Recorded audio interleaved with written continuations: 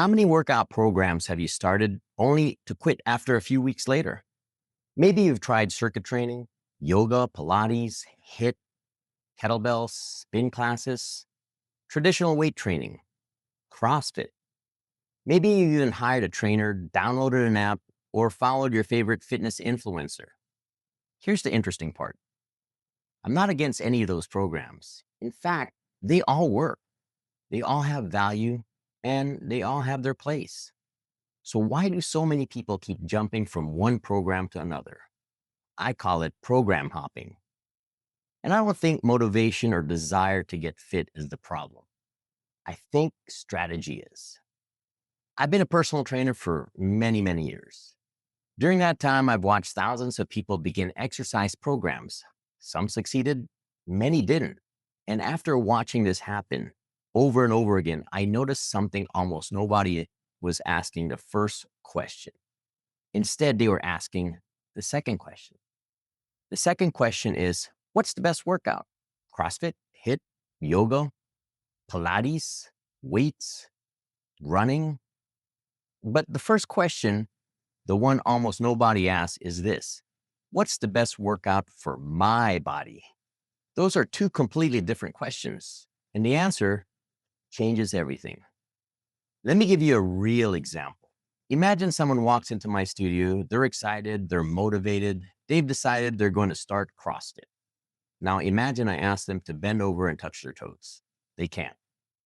Their hamstrings are tight, their hips barely move, their lower back is stiff. Immediately my mind starts picturing cleans, thrusters, heavy kettlebell swings, box jumps.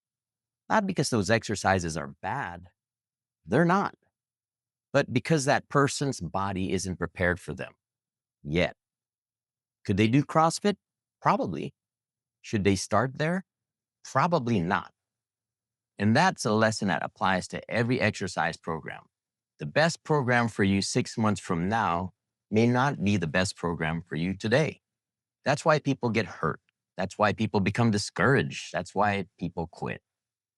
They choose a workout before they understood the current body that was going to perform it. Here's what I want to challenge you to think about. What if choosing a workout is a little like building a house? Would you start with the roof? Of course not. You'd start with the foundation. Fitness is exactly the same way. Before choosing a workout, there are some things you should understand about your own body. Not because you need a degree in exercise science, but because those answers help you choose the right starting point. Over the next several videos, we're going to build that foundation together, and we're going to do it one piece at a time. So here's the roadmap. First, we're going to look at how the human body actually moves.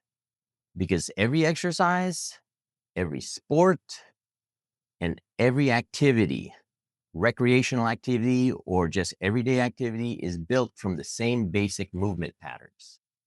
And here are terms to listen for. The 3 planes of motion: sagittal, frontal, and transverse. What do those words mean? But more importantly, does your current workout prepare you to move in all 3 planes? Then we'll look at how your muscles create and control those movements, not with complicated science, but in a way that helps you understand what different exercises are actually asking your body to do. The key concepts will be concentric, eccentric, and isometric actions. I'm sure you've heard these words before. In other words, how does a muscle lift the weight?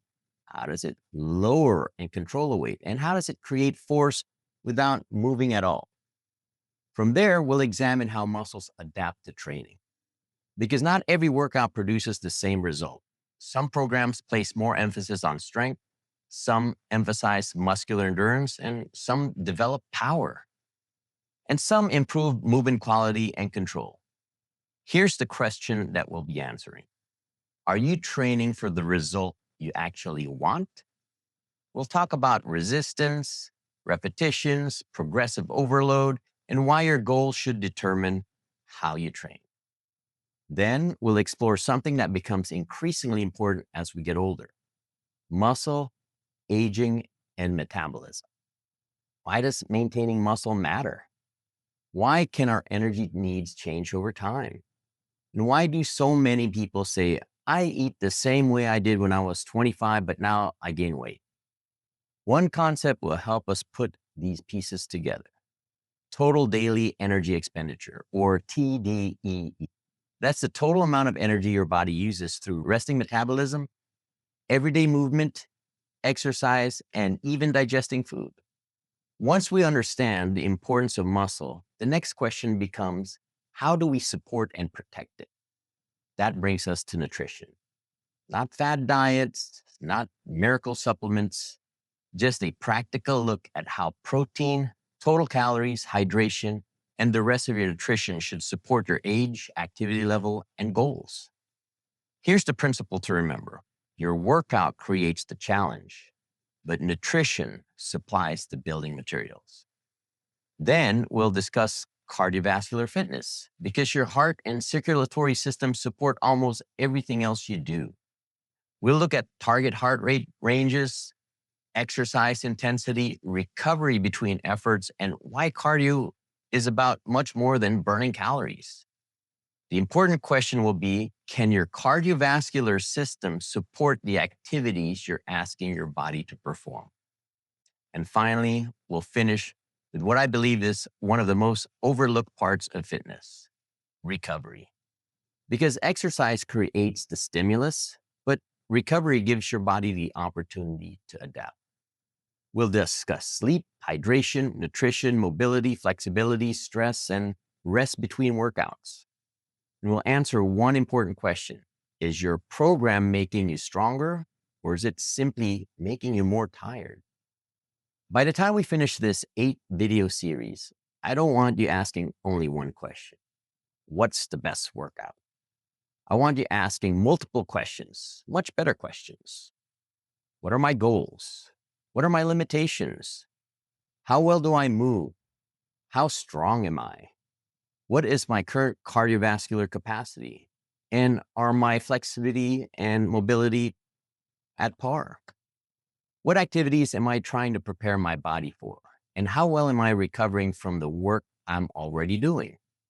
Because once you answer those questions, choosing a workout becomes much easier. Sometimes the answer will be strength training. Sometimes it will be yoga or mobility work. Sometimes it will be walking or another form of cardiovascular exercise. Sometimes it may eventually be CrossFit. And many times the answer will be a thoughtful combination of several different disciplines. That isn't confusion.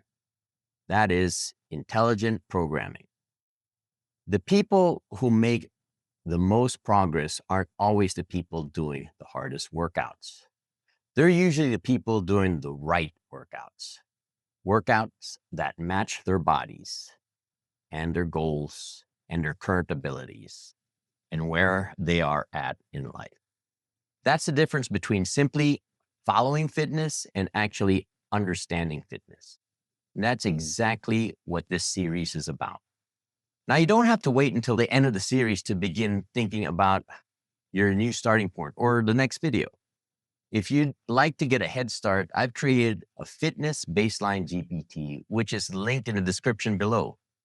Click on it and it will guide you through a series of questions about your goals, current activity, movement limitations, cardiovascular capacity, flexibility, and general exercise readiness.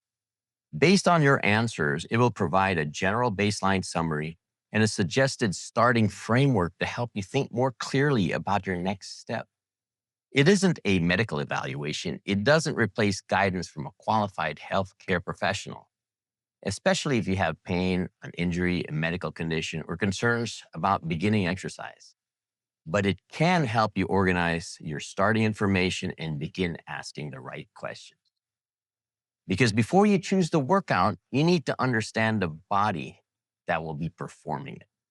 And if you need further assistance in exploring and starting an exercise program, email me or leave me a comment.